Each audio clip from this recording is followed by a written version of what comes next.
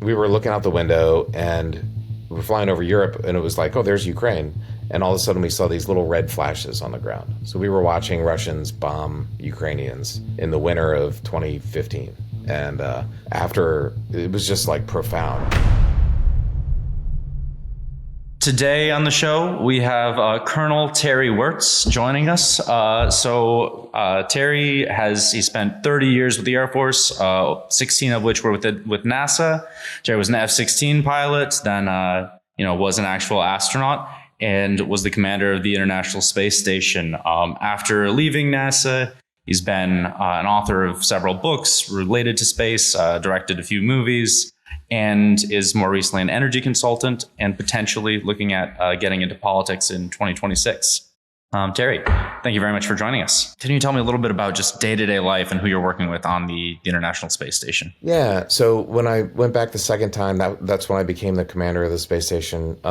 We had a 6-person crew, usually. There's 3 going up, 3 going down in the Russian Soyuz, or now we have the SpaceX capsule, so usually that's 4 going up and 4 coming down. So there's usually 6 or 7 people on the ISS. And on my crew, we had 3 Russian cosmonauts, and I launched from Russia and spent years living in Russia. Yeah, I mean, in some ways, that's kind of the goal of the ISS, is to be some sort of, neutral ground, no? Absolutely. I mean, it's an engineering marvel. Just the fact we were able to build this 1 million pound, 400,000 plus kilogram spaceship in Earth orbit was amazing. The science that we've done there has been pretty awesome. Unfortunately, that budget just got cut by 50% a few weeks ago. It's really a disaster right now what's happening, well, in all kinds of areas, but NASA science has not been spared, nor has any other science in America. But besides engineering and science, the international relation achievement was probably the best part of the space station, although we'll probably talk about that more. It's also, it's bittersweet. The Kyiv Independent's new investigative documentary, No God But Theirs, comes out tomorrow. The investigation exposes Russia's systematic terror inflicted on Ukrainian Christian communities in occupied Melitopol. Subscribe to our channel so you don't miss it this Thursday, May 29th. As you mentioned, being within the first year of the initial kind of Russian annexation of Crimea and depending in retrospect, the first stage of invasion of the Donbass. Can you describe, working with your Russian colleagues on the International Space Station as that was all happening? Yeah, so I was, this is 2014. I was very rah, let's cooperate. This is the space station's how people can and should get along with each other. There's all these bad things happening on Earth. I showed up for my training for this flight in 2012. It was on Victory Day, Deň Побєdy, and for Russian language training. And I remember walking around Moscow, and this was 2012. I was still very pro-Russian. And I remember thinking, this is really weird that they're turning this holiday into a cult. It feels like a cult. Americans are proud. It's Memorial Day weekend this weekend. We're very proud that we helped win World War II.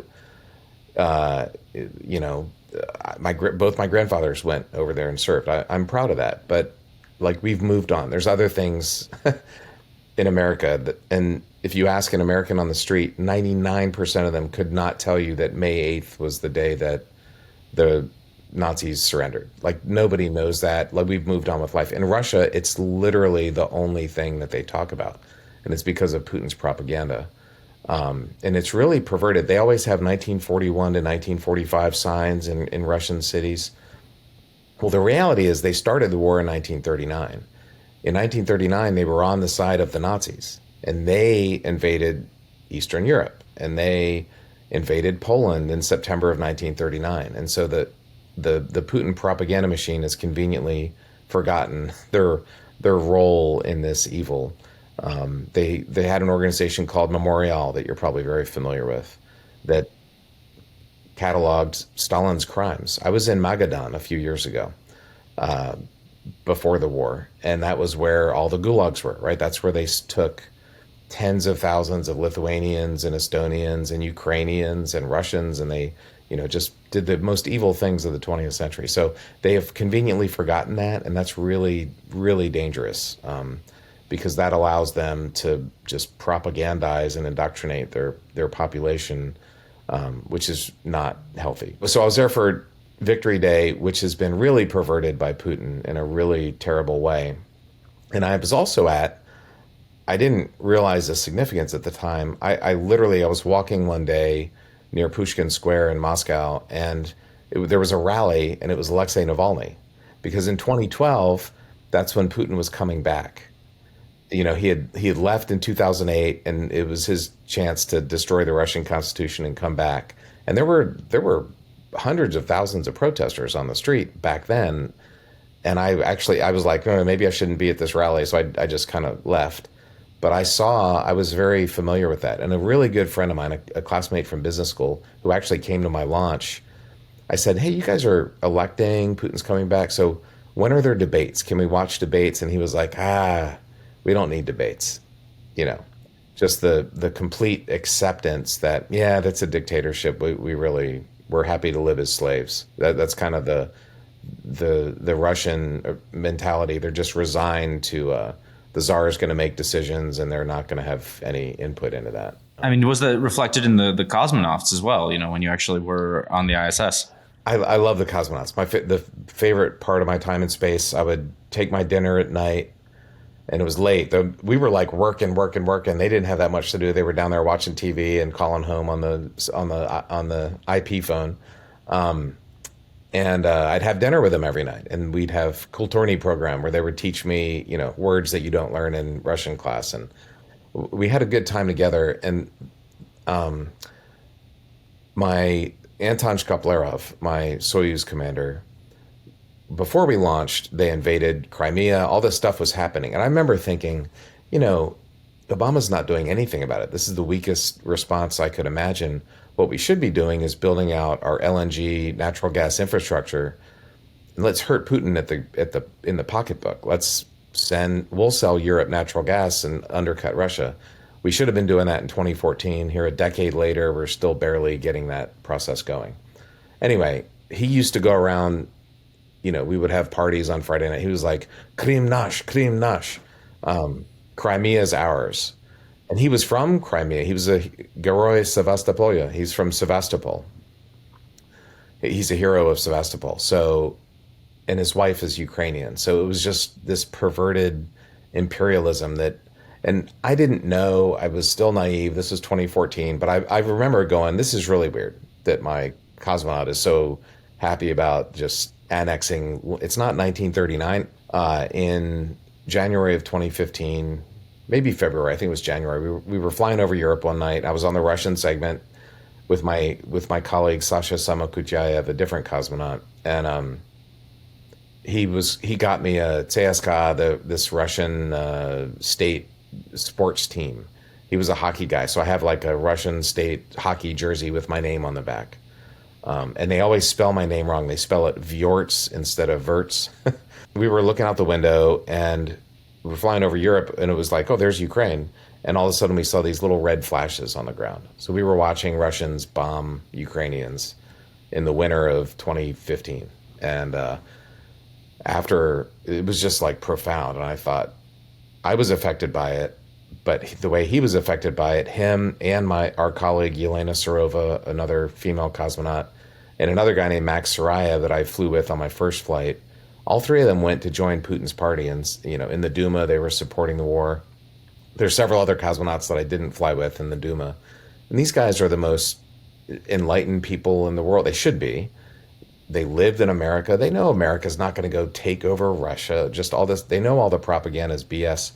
And yet they still went to support this evil war. It was incredibly disappointing. Of all the bad things on Earth, the space station cooperation is actually has gone well. But, they're using their space program to threaten nuclear annihilation.